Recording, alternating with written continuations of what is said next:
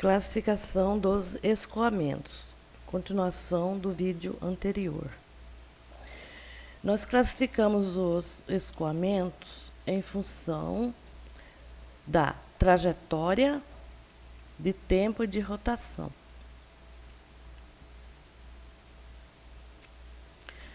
Quanto à direção da trajetória laminar ou turbulento, a variação no tempo é permanente e não permanente, e quanto à variação da trajetória uniforme ou variado, e também o movimento rotacional e rotacional. Então, a partir de agora, nós vamos dar continuidade ao vídeo anterior e vamos falar sobre cada um desses tipos de escoamento e dar os exemplos. O primeiro, escoamento laminar. Nesse tipo, as partículas percorrem trajetórias paralelas. Então, o escoamento laminar é conhecido como laminar tranquilo de Poiseuille. Quem pesquisou sobre isso foi, em 1880, Osborne Reynolds, que fez uma experiência e conseguiu definir o que é um escoamento laminar e um escoamento não laminar, ou seja, um escoamento turbulento.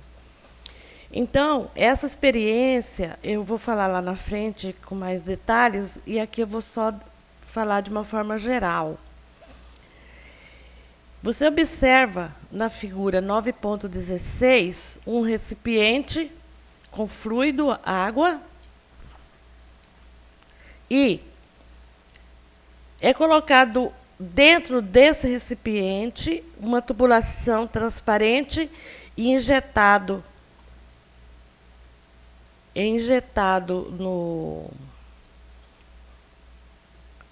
nesse recipiente menor vizinho um corante. Essa água circula dentro do reservatório, é controlada a velocidade com esse registro aqui, e o Reynolds ficou variando a velocidade e verificando como que funcionaria o comportamento desse corante dentro desse volume de controle. Quando o corante ia tranquilo, ele verificou que era o escoamento laminar. Aí depois nós vamos explicar o resultado da experiência mais à frente, o que ele conseguiu com esse resultado. Então, a conclusão geral que ele teve foi o seguinte: dentro de certos valores limites da velocidade, as partículas do líquido descrevem trajetórias paralelas no escoamento laminar. Então, foi a primeira conclusão. Depois que ele aumentava a velocidade, as partículas começavam a se movimentar de forma irregular, e ele chegou em uma outra conclusão para definir o que seria o escoamento turbulento. O escoamento turbulento é também conhecido como turbilionário ou hidráulico. Na prática, nós temos que a maioria dos escoamentos são turbulentos. Então, geralmente nas obras de engenharia, como adutoras, vertedores, barragens, tá? Então, esse escoamento turbulento, ele é mais visível e também ocorre mais na prática. Então, são duas situações. Ou o escoamento escoa tranquilo, as linhas de corrente são paralelas, como a figura 9.15, ou o escoamento ele é turbulento, as linhas de corrente são irregulares. Acontece que foi medido experimentalmente e o Reynolds chegou a uma certa conclusão. E essa conclusão nós falaremos mais na frente, que gerou o que é conhecido para aplicar na hidráulica de condutos forçados ou condutos livres, o número de Reynolds. Bom, esse foi o primeiro tipo de escoamento, quanto à direção da trajetória. A trajetória das linhas de corrente horizontais, paralelas, laminar, irregulares, turbulento. Entre o laminar e o turbulento, nós vamos ter a transição, que também foi estudado. Agora vamos pensar no tempo. O que ocorre com o escoamento quando o tempo está sendo levado em conta? Nesse tipo de escoamento, o escoamento permanente, a velocidade e a pressão em determinado ponto não varia. Aqui é um instante, ponto 1, e ponto 2, o outro instante. Elas não variam. A velocidade e a pressão podem variar do ponto 1 para o ponto 2, mas ela fica constante ao longo do tempo. Depois de um certo instante, um Tn mais 1, P1 continua na mesma posição e P2 na mesma posição. Então, esse escoamento aí, ele é muito importante para definir os modelos hidráulicos. De uma forma bem geral, nós dizemos o seguinte, que o volume de fluido que passa num trecho da tubulação, em função do tempo, é constante ao longo do tempo. Ou seja, a vazão que entra numa tubulação será igual à vazão que sai em função do tempo. Então, é mais ou menos essa ideia do que é o escoamento permanente, tá?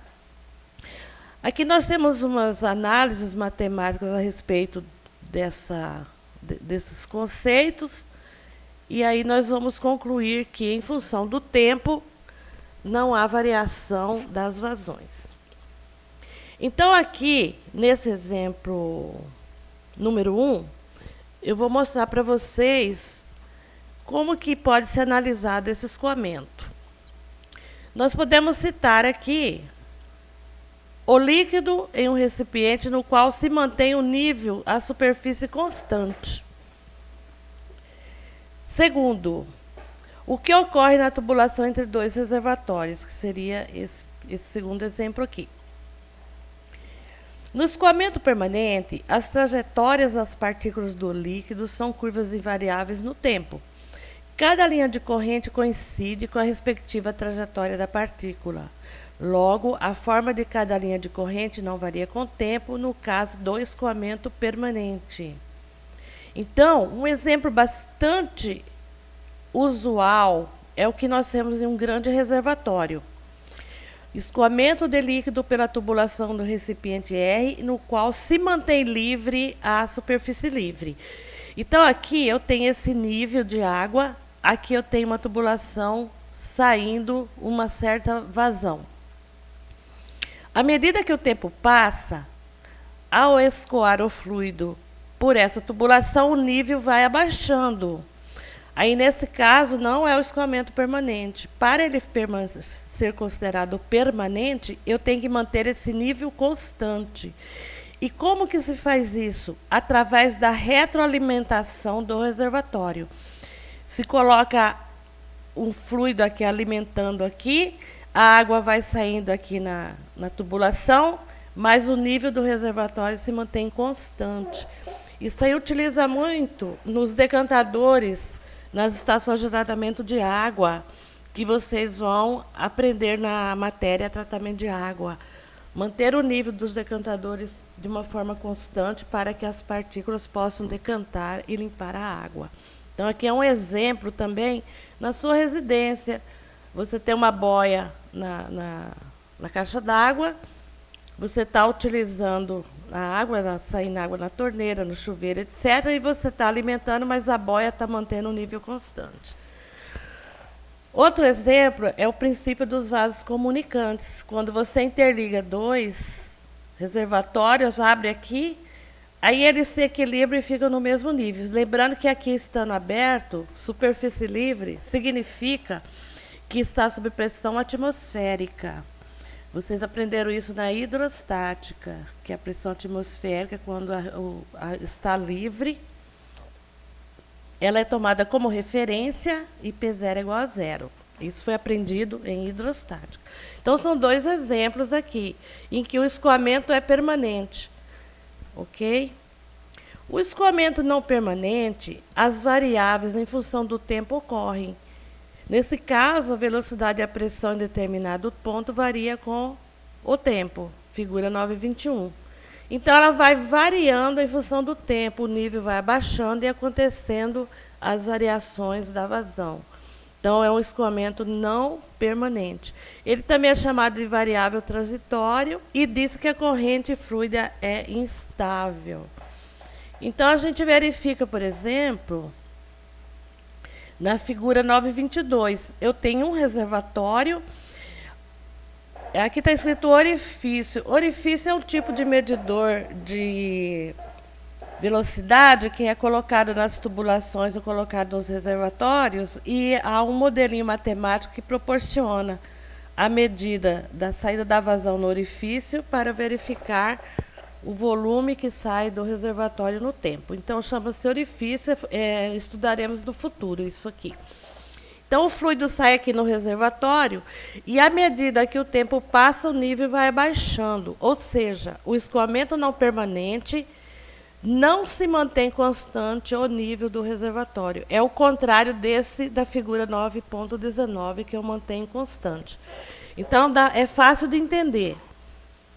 Ao manter o nível de um reservatório que está saindo uma certa vazão, ao manter constante o nível, são condições de escoamento permanente. Ao escoar o fluido por um certo reservatório, como a figura 922, o nível vai descendo, vai diminuindo, então o escoamento não vai ser permanente, ele vai ser não permanente, em função do tempo, até o completo escoamento aqui do sistema. O outro exemplo, você tem um fluido passando aqui numa certa velocidade, uma certa linha de corrente aqui nesse reservatório, e aqui seria uma estrutura hidráulica para prender o fluido. Então, depois de você, ao acionar essa comporta, isso é muito usado nas obras hidráulicas, para abrir e fechar comportas, regularizar o nível dos reservatórios, dos canais para transporte para navegação, que são chamadas eclusas. Mais à frente eu vou publicar um vídeo sobre eclusas para vocês verem. Então, ao manipular essa comporta, ela vai descendo e ela interrompe aquele fluxo que vinha livre. Então, gera aqui uma onda contrária, e isso aqui faz com que o escoamento não seja mais permanente. Ele vai mudar em função da descida dessa comporta, e ele é um escoamento não permanente. O escoamento uniforme, ele é uma verificação da velocidade dentro da seção transversal. Nesse tipo, todos os pontos da mesma trajetória têm a mesma velocidade. Aqui faz de conta que é uma tubulação. Se eu medir a velocidade no ponto 1, depois de um certo percurso, é a mesma velocidade no ponto 1, aqui 2, até 4 no desenho. Então, é um caso particular do escoamento permanente. A velocidade pode variar de uma trajetória para outra, mas na mesma trajetória se mantém constante. Ou seja, se eu pegar como referência V1 aqui numa tubulação, sempre vai ser o valor de V1. Embaixo, V2, ela não muda. Então, esse é o tipo de escoamento uniforme. Ou seja, de um ponto ao outro da mesma trajetória, a velocidade não varia. Modo, direção e sentido são constantes, que seria o exemplo aqui, 1, 2, 3 e 4. Né? Esse tipo ocorre no escoamento de líquidos sob pressão constante em tubulações longas com diâmetro constante.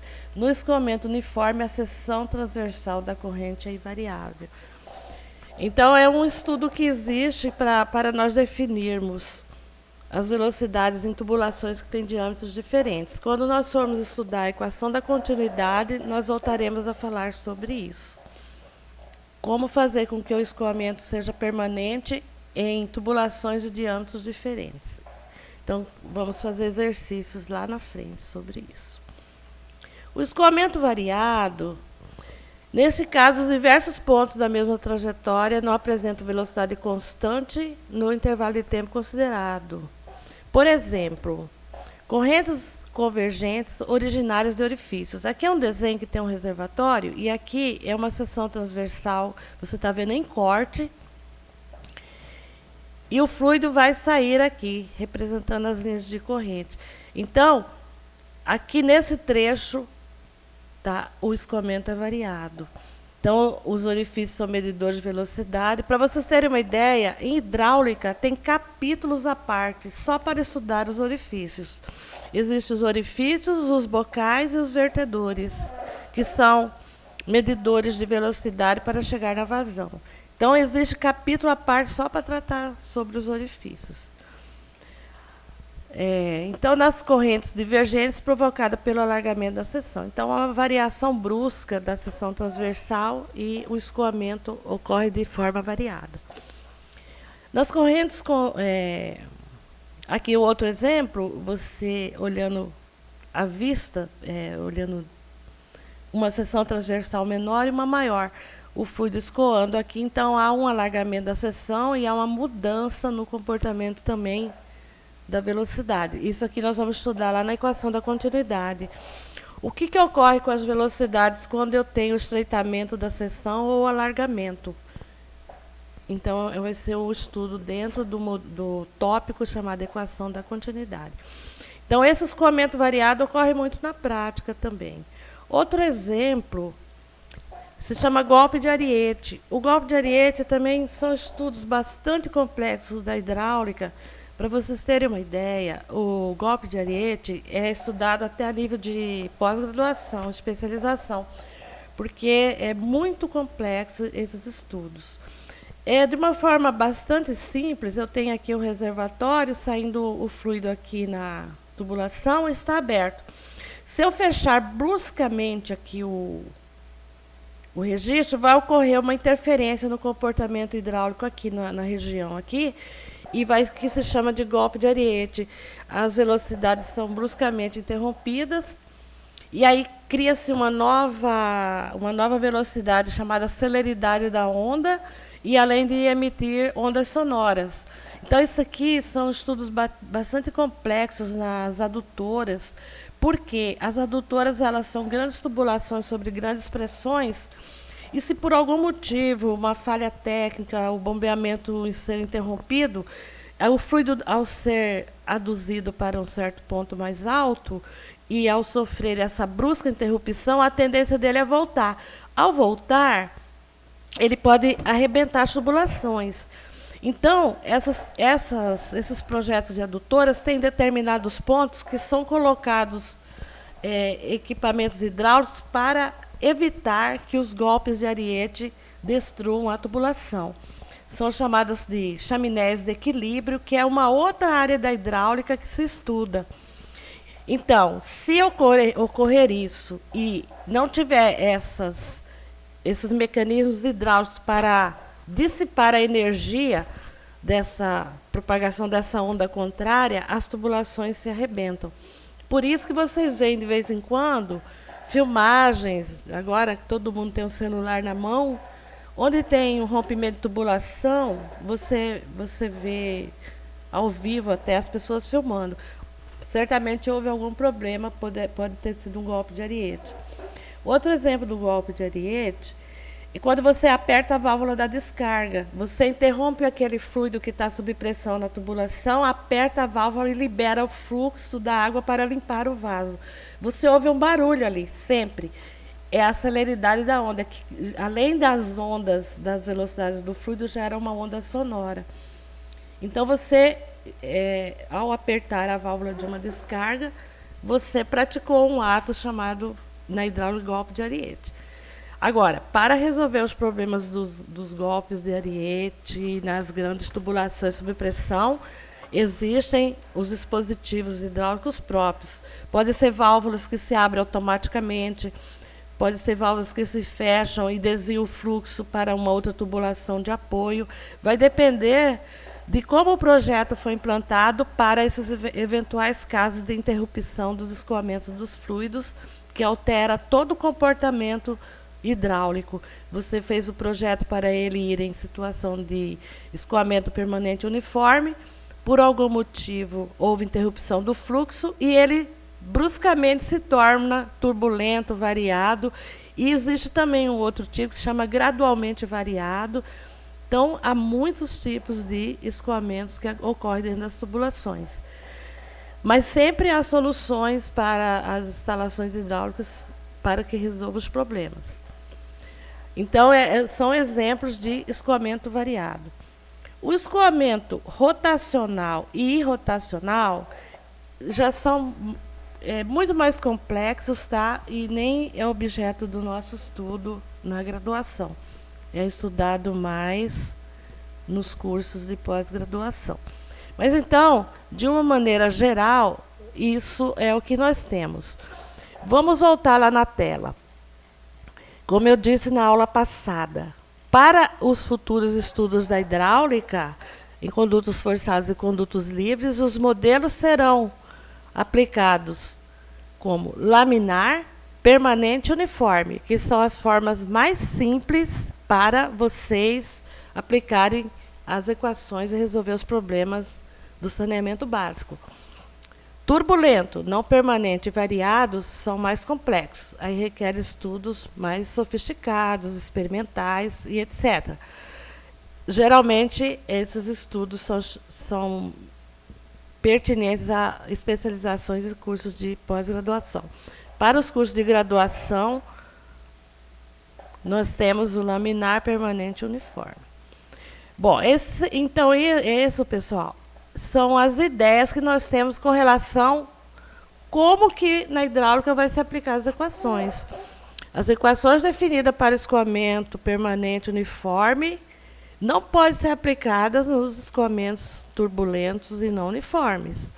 Cada caso é um caso. Então, as equações são experimentais e elas indicarão ao engenheiro as limitações dela e onde ela pode ser aplicada. Então, a ideia é essa. Então, vocês percebem que pelas obras hidráulicas que nós temos, é de muita responsabilidade do engenheiro fazer um projeto adequado com as normas técnicas. Bom, dentro do aspecto de como estudar a dinâmica dos fluidos, nós temos que estabelecer o conceito de escoamento médio. Esse conceito parte pelos estudos dentro de uma tubulação. Então, esse aqui é o cenário. Eu tenho um tubo e verifico aqui a seção A e B. O fluido está aqui em condições turbulentas. Então, supomos a seção A e B e o fluido está entrando aqui na tubulação. Os estudos mostraram que existe a velocidade Vs aqui, que está mostrada no desenho, e a velocidade VL. É dentro dessas medidas de velocidades Vs e VL que nós vamos chegar no conceito do escoamento médio. Em cada instante, a velocidade V é a resultante das duas outras. Então, a soma da velocidade Vs e da velocidade VL é a velocidade V pequeno aqui. Primeira análise. A componente longitudinal VL, que é perpendicular à seção AB, é a velocidade de transporte da partícula. Lembra que eu falei para vocês na hidrostática que o fluido transporta porque se move, é uma advecção. Então, transportou, começou a se movimentar, porque nós estamos pensando assim, eu estou na seção AB em função do tempo inicial, e à medida que o tempo passa, o fluido vai se deslocando para outra seção. Então, a trajetória de VL é a velocidade de transporte que existe dentro do meio fluido. A outra componente que tem é a velocidade Vs. Essa está no plano AB, está aqui mostrando no plano AB. Qualquer plano que eu cortar aqui, eu vou ter o Vs. Ela que provoca a agitação das partículas fluidas, faz com que as partículas se movimentem regularmente. Então, em laboratório, foi verificado o seguinte. A experiência mostra que a componente Vs varia continuamente em direção e sentido, e seu módulo é pequeno. Ok, então ela está aqui. O módulo dela é pequeno, mas ela varia bastante. Ao contrário da componente VL, que ela tem uma direção e sentido bem definida, vai transportando, tá? Só que o módulo em relação ao Vs é maior. É apreciável em relação ao Vs. Ou seja, as medidas em laboratório mostraram que as velocidades de agitação Vs são pequenas em relação à velocidade VL de transporte. Isso foi uma análise matemática que foi feita. Então, nós podemos desprezar o módulo de VS em função de VL, porque em hidráulica tem muito disso. Eu tenho duas grandezas e uma muito grande e uma muito pequena. Aí faz uma análise e verifica que pode desprezar uma em relação à outra, que foi o que ocorreu aí. Então, o valor da velocidade VL em cada ponto de AB representa a respectiva velocidade local. Ao desprezar VS, eu fico apenas com a velocidade local, que ele passou a se chamar nos trechos 1, 2 e 3. Então, o valor da velocidade longitudinal VL em cada ponto de AB representa a respectiva velocidade local, que se modifica conforme a posição do ponto na seção AB. A velocidade local é mínima junto à parede do conduto e ela é máxima no eixo da tubulação.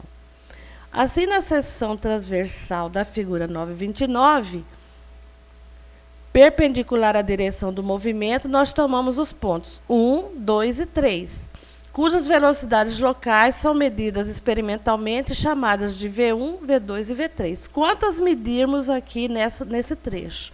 Então, esse é o princípio do escoamento médio. Eu tenho duas velocidades, uma velocidade de agitação e uma velocidade de transporte. Ao fazer a análise matemática dentro dos experimentos que foram realizados em laboratório, concluiu-se que VS é desprezível em relação a VL. Portanto, dentro da tubulação, vai ser medida as velocidades de transporte. Então, foi realizado esses estudos dentro de uma tubulação forçada e concluiu-se que nas laterais aqui do fluido, ponto A e ponto B, a velocidade é nula. E ela vai aumentando no eixo da tubulação. E à medida que vai se medindo em qualquer trecho aqui, verificou-se que gerou um diagrama parabólico, que se chama diagrama de velocidade. Então, dentro de uma tubulação forçada, se eu for fazer um estudo da seção transversal, em qualquer ponto, medindo as velocidades, eu traçaria esse diagrama parabólico. Se eu colocar o eixo X aqui no meio, o eixo Y para cima, geraria aqui uma curva e aqui para baixo outra curva. Agora, isso aqui é muito importante. Para facilitar o estudo, substituímos esse diagrama parabólico por um diagrama retangular. Neste, a velocidade U é suposta constante. Então, eu venho aqui, ó, e traço um diagrama retangular mostrando esse retângulo aqui. É suposta constante U em todo o trecho. Então, já aparece uma grandeza física importante. U, velocidade. Os pontos da seção transversal AB e de tal forma que a área do diagrama retangular seja equivalente à área do diagrama parabólico. Por que eu tenho que definir a área, seja do parabólico, seja do retangular? Porque lá na frente nós vamos calcular a vazão. E se aqui fizer uma análise matemática, a integral dessa área vezes os vetores, respectivos vetores de velocidade, eu tenho a vazão nesse trecho.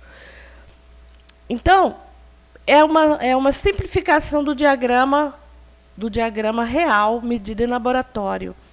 Eu vou fazer uma superposição do diagrama parabólico com o diagrama retangular, de uma maneira que essa área que sobrou aqui e aqui compense aqui na parábola. E isso foi muito bom nos modelos matemáticos. Então, ela se chama velocidade U fictícia. Ela é fictícia porque é uma velocidade média, uma velocidade teórica. Quando nós formos calcular a vazão, nós vamos ter os coeficientes que multiplicarão o resultado da velocidade da vazão fictícia ou teórica para a vazão ou velocidade real. Então, existem lá os parâmetros que vão indicar como que eu vou transformar essa velocidade média fictícia em velocidade real. Isso é um outro momento. Então, os nossos cálculos serão em função das velocidades médias fictícias. Então, vamos concluir. Podemos substituir o movimento real turbulento, que começou aqui, ó, estava turbulento, do fluido por um movimento fictício chamado movimento médio, que é esse que nós estamos mostrando aqui embaixo na figura 931, correspondendo ao movimento principal da massa líquida. Com a finalidade de facilitar o estudo da cinemática dos fluidos, do ponto de vista cinemático, o escoamento com velocidade média não difere do laminar. Portanto, substituindo o escoamento turbulento pelo escoamento de velocidade média que lhe corresponde, podemos tratá-lo da mesma forma que no escoamento laminar. Então, esse conceito de escoamento médio foi muito bom para a hidráulica. Eu admito que dentro da tubulação eu tenho uma velocidade média U, uma seção transversal definida pelos modelos hidráulicos, e aí eu tenho a vazão. Por quê? O produto da velocidade média vezes a área é a vazão que eu quero encontrar, que é o volume do fluido no tempo. Então, os cálculos das nossas velocidades que nós faremos no curso serão velocidades teóricas e vazões teóricas. E eu pegarei alguns coeficientes da hidráulica aplicada para converter a vazão e a velocidade teórica em uma vazão, uma velocidade mais próxima da real. Então, esses são os principais fundamentos da cinemática dos fluidos. Aqui nós temos uma introdução que eu chamei de leitura complementar, que são algumas informações que vão complementar as informações anteriores. Esse aqui é do livro do professor Brunetti, Franco Brunetti, e a gente vai dar uma geral aqui. O regime permanente é aquele que as propriedades do fluido são invariáveis em cada ponto com o passar do tempo. Note-se que a propriedade do fluido pode variar do ponto para outro ponto, desde que não haja variações com o tempo. Isso significa que, apesar de um certo fluido estar em movimento, a configuração de suas propriedades em qualquer instante permanece a mesma. Ou seja, ele está dizendo que a massa não se perde, não perde calor, tá? Também é isso que ele está querendo dizer. Um exemplo prático disso será o escoamento pela figura 3.1 que está aqui. Desde que o nível dele seja mantido constante. Lembra que eu falei agora há pouco, ó, tem um reservatório, está saindo o fluido no canal aqui no ponto 2, mas ao mesmo tempo eu estou retroalimentando, desde que o nível do reservatório fique constante. Já falamos sobre isso. Nesse tanque, a quantidade de água que entra em 1 é idêntica à quantidade que sai em 2. Nessas condições, a configuração de todas as propriedades do fluido, como velocidade, massa específica, pressão, será em cada ponto a mesma em qualquer instante. Note-se que em cada ponto a velocidade, por exemplo, é diferente, assim como a pressão será pela lei de Estevão. Qualquer ponto que eu medir aqui, eu vou ter uma pressão. Então, isso vocês vão fazer no curso de hidráulica. Resolver um problema hidráulico com uma adutora. Faz de conta que essa tubulação aqui veio lá de um rio, e essa aqui é uma adutora. Está chegando o fluido aqui, ele foi bombeado para esse reservatório. Vamos supor que essa água já está em condições de saneamento, né? Pode ser consumida. Não passamos pela ETA aqui. Ou também pode ser uma água que veio da ETA, da estação de tratamento de água. Mas, enfim, chegou no reservatório e distribuiu. O regime variado é aquele em que as condições do fluido em alguns pontos ou regiões de pontos variam com o passar do tempo. Se no exemplo da figura 1 não houver fornecimento de água por 1, que é aqui onde está abastecendo, né, o regime será variado, porque o nível vai descendo. Então, esse é o mesmo exemplo que a gente falou anteriormente. Denomina-se reservatório de grandes dimensões um reservatório no qual se extrai ou no qual se admite o fluido, mas devido à dimensão transversal muito extensa, o nível não varia sensivelmente com o passar do tempo. Depois nós fazemos umas simplificações com as velocidades aqui na superfície, isso aí nos modelos que nós vamos aplicar para calcular as vazões, lá na frente do curso.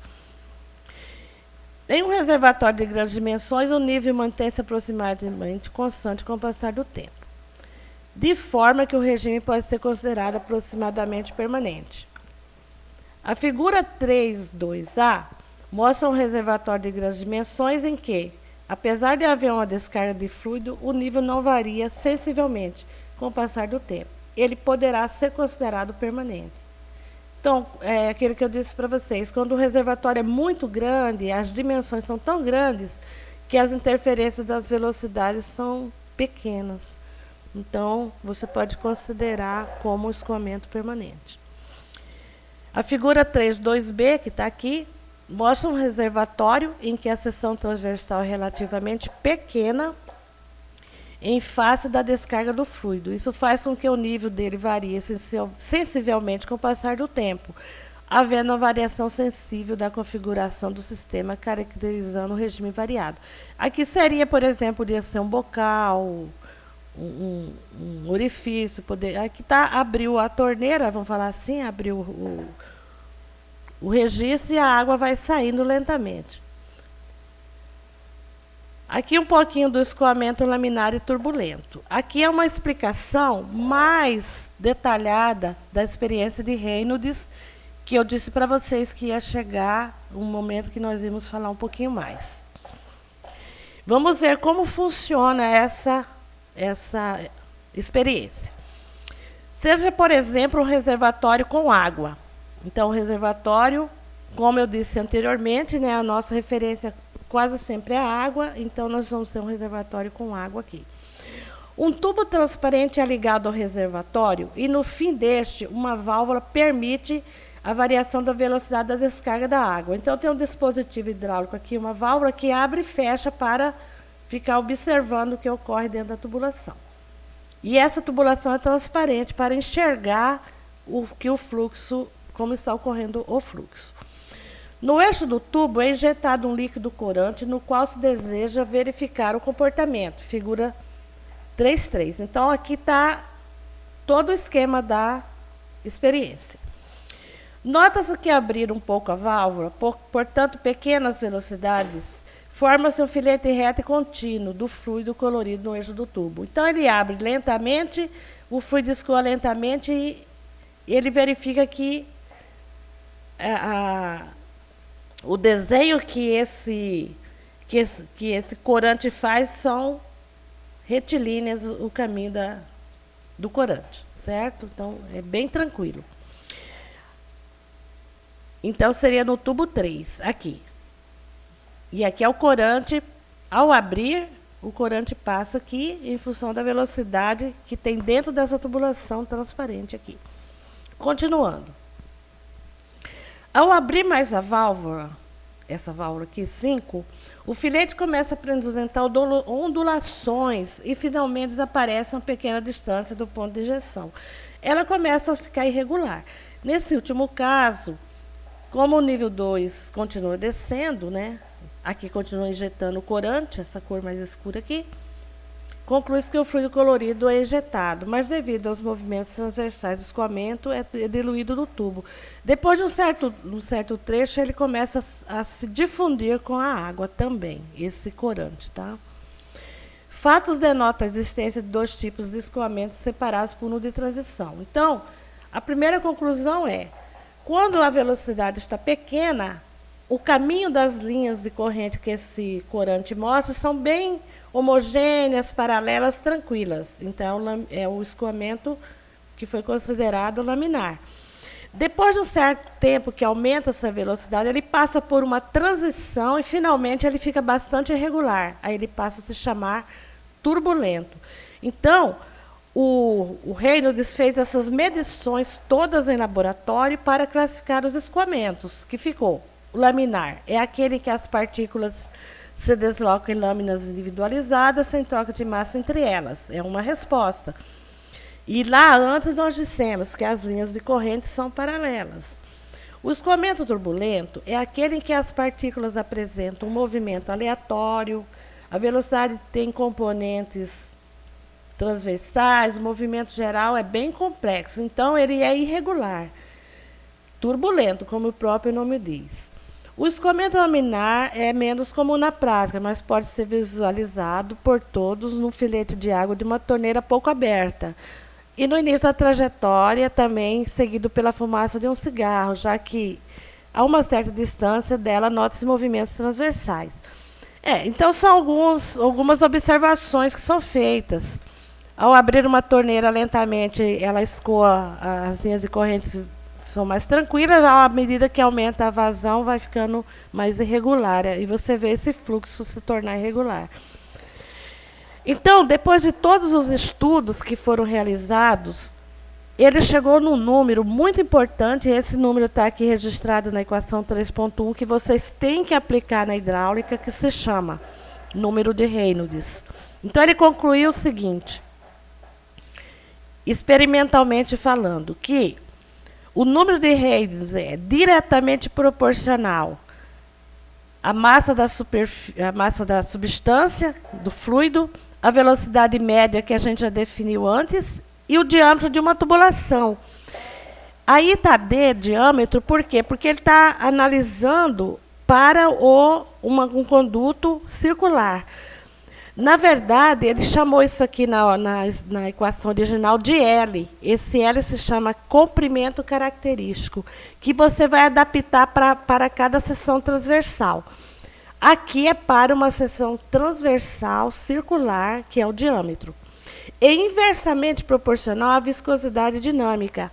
Lembram lá da hidrostática, que no primeiro capítulo a gente estudou massa específica, viscosidade dinâmica?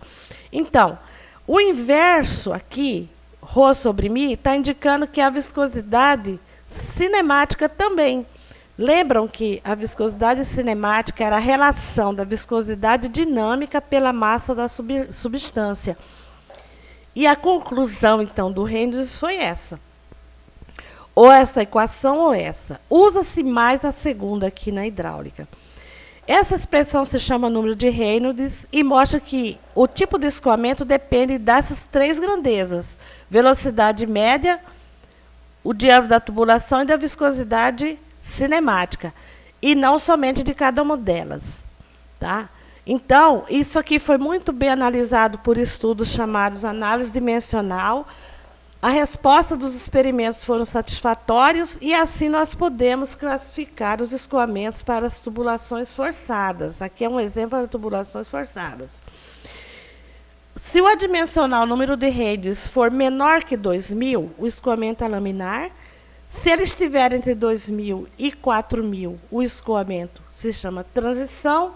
E se ele for maior que 4.000, turbulento. Então, em função desses números de Reynolds, que na hidráulica vocês deverão aplicar as fórmulas para cada tipo de escoamento. Note-se que o escoamento turbulento é variado na natureza, devido à flutuação das velocidades para cada ponto. Pode-se, no entanto, muitas vezes considerar o permanente, adotando em cada ponto a média das velocidades em relação ao tempo. Por isso que o conceito da velocidade média é muito importante. Esse fato é comprovado na prática, já que somente aparelhos muito sensíveis conseguem indicar as flutuações dos valores das propriedades em cada ponto. A maioria dos aparelhos, devido ao fato de que apresentam uma certa inércia na medição, indicará um valor permanente em cada ponto, que corresponderá exatamente à média citada anteriormente. Então, eu tiro aqui o escoamento aqui num espaço de tempo, a velocidade variando aqui. Então, tira-se uma média e a resposta é bem satisfatória. Aqui nós falamos um pouquinho da trajetória das linhas de corrente, que já foi definida anteriormente no curso, no primeiro vídeo, que é o mesmo assunto que nós já tratamos. Então, o que é importante verificar? Os tubos de corrente, no escoamento permanente, né? E a passagem da massa, eles são impermeáveis. Então, as tubulações, elas são realizadas, feitas de PVC, de concreto e etc. Para que o fluido não saia, né, das paredes da tubulação. Aqui é um desenho das linhas de corrente pelos vetores de velocidade. Então, essa parte aqui vocês já foram informados a respeito. Então, pessoal, essa é a nossa introdução com relação a classificação dos fluidos. Então, essa aqui é a nossa primeira equação importante para os futuros cálculos, para definirmos se o escoamento é laminar, transição ou turbulento.